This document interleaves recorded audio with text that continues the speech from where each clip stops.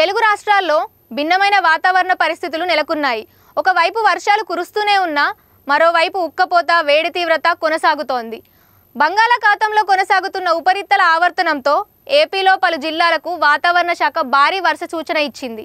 అలాగే తెలంగాణలో కూడా వచ్చే 3 గంటల్లో భారీ వర్షం కురుస్తుందని స్పష్టం చేసింది. ఈ నెల 14వ తారీఖు వరకు అటు ఏపీలోనూ ఇటు తెలంగాణలోనూ భారీ వర్షాలు కురిసే అవకాశం ఉందని వాతావరణ శాఖ వెల్లడించింది. ఈరోజు ఏపీలోని అల్లూరి, ఏలూరు, అనకాపల్లి, కాకినాడ, ఎన్టీఆర్, గుంటూరు, బాపట్ల, పల్నాడు జిల్లాల్లో పిడుగులతో కూడిన వర్షాలు కురిసే అవకాశం ఉందని స్పష్టం చేసింది. విజయనగరం, విశాఖ, అనకాపల్లి, కాకినాడ, కోనసీమ, తూర్పుగోదావరి, కృష్ణా, ప్రకాశం, నెల్లూరు, కర్నూలు, నంద్యాల, చిత్తూరు, తిరుపతి జిల్లాల్లో తేలికపాటి వర్షాలు కురిసే అవకాశం ఉందని ఏపీ విపత్తుల నిర్వహణ సంస్థ పేర్కొంది. మరోవైపు తెలంగాణలోని పలు జిల్లాలకు వాతావరణ శాఖ వార్త సూచన ఇచ్చింది.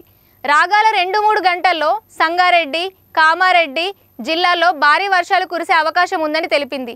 ఆదిలాబాద్, జగిత్యాల్, మెదక్, నాగర్ కర్నూల్, నిర్మల్, నిజామాబాద్, రాజన్న సిరిసిల్ల, వికారాబాద్ జిల్లాల్లో మోస్తరు వర్షం కురిసే అవకాశం ఉందని అప్రమత్తం చేసింది. అలాగే హైదరాబాద్లో 4 రోజుల పాటు తేలిక వర్షాలు కురిసే అవకాశం ఉందని వెల్లడించింది. రాష్ట్రంలో పలు చోట్ల బుధవారం పడిన పిడుగుపాట్లకు 8 మంది దుర్మరణం చెందారు. ఇందులో 4 రైతులు, 3 వ్యవసాయ కూలీలు, మరో వ్యక్తి ఉన్నారు. కాగా 5 గాయపడ్డారు. ఈ ఘటనలు నిర్మల్, జోగులాంబ గద్వాల్, ఖమ్మం, భద్రాద్రి జిల్లాల్లో చోటు చేసుకున్నాయి. Welcome to Disha TV. గత 10 రోజుల క్రితం రాష్ట్రాన్ని అల్లకల్లోలం చేసిన భారీ వర్షాలు మరోసారి రాష్ట్రంలో విజృంభించనున్నాయి.